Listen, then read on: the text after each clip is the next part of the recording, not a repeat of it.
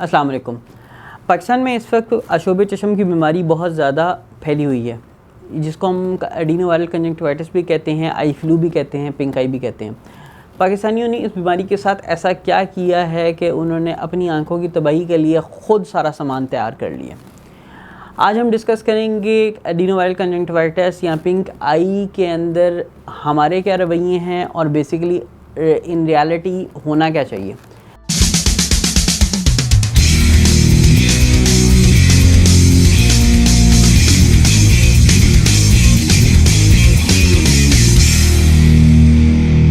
मेरा नाम डॉक्टर फैसल इकबाल है और मैं कंसल्टेंट आई स्पेशलिस्ट हूँ। डिफेंस फेज़ 5 लाहौर के अंदर अपनी प्रैक्टिस करता हूँ स्मार्ट आई सेंटर के नाम से, और अदरवाइज़ वैसे मैं एज ए विट्रोरेटिनल कंसल्टेंट काम कर रहा हूँ। पिंक आई या जो आई फ्लू है उसके साथ हुआ क्या। पाकिस्तानियों ने जनाब जिस तरह से कोरोना के अंदर ये किया कि एक प्रिस्क्रिप्शन बनाई और बना के सदका जारिया समझ के जो है वो मैसेजेस फैलाना शुरू कर दिए। अब इन मैसेजेस के अंदर जनाब हर किस्म की दवाई, जिसमें स्टेरॉइड्स भी हैं, जिसमें हाई पोटेंसी एंटीबायोटिक्स भी हैं, जिसमें एंटी इन्फ्लेमेटरी भी हैं, और वो सारी की सारी चीज़ें फैलाना शुरू कर दी जो कि जिनकी ज़रूरत एक एंड स्टेज पे आती है या ऐसे वक्त में आती है जब ये डिज़ीज़ बहुत ज़्यादा बढ़ चुकी हो और हर एक को उस दवाई की ज़रूरत नहीं पड़ती, सिर्फ ये बचाने के लिए कि हम एक डॉक्टर के पास जाके मशवरा ना ले सकें या हमें किसी हस्पताल में या किसी प्रॉपर आई स्पेशलिस्ट के पास, किसी खैराती इदारे में, किसी सरकारी अस्पताल में ना जाना पड़े और सिर्फ हम जाएं और फार्मेसी से एक दवाई लेके आ जाएं। इसका इम्पैक्ट क्या है बेसिकली, आपने पूरी कौम ने हाई पोटेंसी की अगर एंटीबायोटिक अपनी आँख में डालना शुरू कर दी तो क्या होगा, एक सुपर बग बनेगा। सुपर बग का मतलब ये होता है कि जो रेजिस्टेंट्स होते हैं। दूसरी बात, आपने बग़ैर डॉक्टर को दिखाए हुए बग़ैर ज़रूरत के दवाई डालना शुरू कर दी, अगर उसकी वजह से दूसरी इन्फेक्शन जैसे फंगल इन्फेक्शन है या कोई और वायरल इन्फेक्शंस हैं या बैक्टीरियल इन्फेक्शंस हैं वो इंक्रीज़ होना शुरू हो जाती हैं, वो बढ़ना शुरू हो जाती हैं, तो फिर क्या करेंगे। या अगर आप समझ रहे हैं कि आपको पिंक आई है लेकिन वो वाकई पिंक आई ना हुई, वो कोई एलर्जी हो रही हुई, कोई चीज़ आँख के अंदर गई हुई या कोई और टाइप की इन्फेक्शन हुई है, तो कौन बताएगा आपको कि ये एडिनोवायरल नहीं है, ये कुछ और है। सो ये सारी की सारी चीज़ें जो है ना वो हमने एक गुडमुड सा कर दिया और एक अमलगम बना के वो हमने हर एक को जो है वो डालना शुरू कर दिया। ये बिल्कुल ऐसे ही है कि जैसे आप एक मक्खी या मच्छर को मारने के लिए बम का इस्तेमाल करें। मर तो वो बम से भी जाएगा लेकिन उसके साथ साथ वो जो तबाही मचा के जाएगा आपके कमरे के अंदर, आपके घर की या बाकी चीज़ों की, वो भी तो किसी ने, कोई उसका भी तो ज़िम्मेदार है।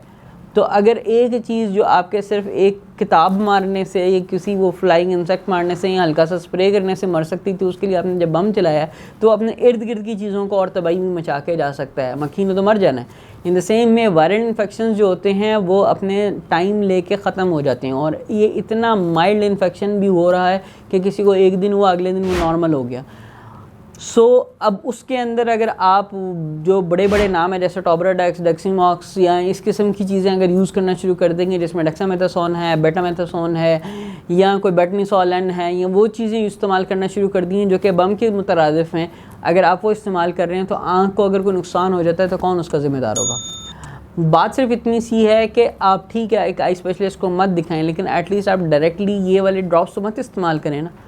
जो ड्रॉप सेफ़ टू यूज़ हैं, जैसे फॉर एग्जांपल हाइलो है, सॉफ्टील है, टीयर्स नेचुरल है, सिस्टेन है या टीयर्स अल्टरनेटिव हैं जो सिर्फ आँख को वॉश करने के काम आते हैं। वो एक आप रेगुलरली यूज़ कर सकते हैं, बगैर प्रेस्क्रिप्शन की यूज़ कर सकते हैं, और यूके यूएसए में या कहीं पे भी चले जाएं दुनिया में वो बगैर प्रेस्क्रिप्शन के मिल भी जाते हैं। यहाँ पे जो है वो हम ये कहते हैं कि हमने बम बगैर प्रेस्क्रिप्शन के चलाना है, जो कि ठीक बात नहीं है।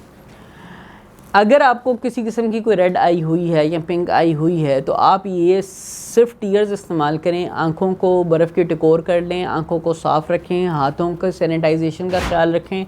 जिस शख्स को हुआ है उसकी इस्तेमाल शुदा चीज़ें जैसे तकिया, तौलिया, साबुन, एनके ये मत इस्तेमाल करें, तो 90% चांस ये है कि आपको कोई प्रॉब्लम नहीं होगा और फौरी तौर पे आप ठीक हो जाएंगे। लेकिन इतना दवाई का इस्तेमाल के फार्मेसीज़ के ऊपर दवाई ख़त्म हो जाए और लोग जो है वो लेने के लिए पूछ रहे कि जी अल्टरनेट ब्रांड कौन सा है, फ़लानी क्या चीज़ है, और कंपनी के पास जो है वो डिस्ट्रीब्यूशन भी ख़त्म होना शुरू हो गई है, तो ये जो है वो एक ख़तरनाक काम है। आपने बग़ैर जाने, बग़ैर उसके कोई साइड इफ़ेक्ट्स को देखे हुए, कॉम्प्लिकेशंस को देखे बगैर इस्तेमाल करना शुरू कर दिए हैं ड्रॉप्स, जो कि बहुत बड़ी प्रॉब्लम में लैंड कर सकता है। मेरा एंड पे मैसेज सिर्फ ये है कि अपने हाथ को सैनिटाइज़ करें, आप लोगों की इस्तेमाल शुदा चीज़ों को मत हाथ लगाएं, और अगर आप अपनी आँख का सिर्फ इतना ख्याल रखें कि अगर कोई प्रॉब्लम हो रही है तो ठंडे पानी से आँखों को धो लें, बर्फ़ से टिकोर कर लें, और अगर ज़रूरत पड़ती है तो टीयर्स वगैरह इस्तेमाल कर लें, तो एक आध दिन के अंदर ये पिंक आई बेहतर हो जाती है। जिसकी नहीं हो रही, जिसकी आँख सूज गई है, नज़र में कमज़ोरी है, आँख में सख्त दर्द हो रहा है, उसको तो फ़ौरी तौर पे आई स्पेशलिस्ट को दिखाना चाहिए, और इधर उधर नानी दादी ताई मामी से पूछ के कतरे मत इस्तेमाल करें, इससे आपकी आँख को नुकसान हो सकता है और एक इरिवर्सिबल डैमेज हो सकता है। जज़ाकल्लाह।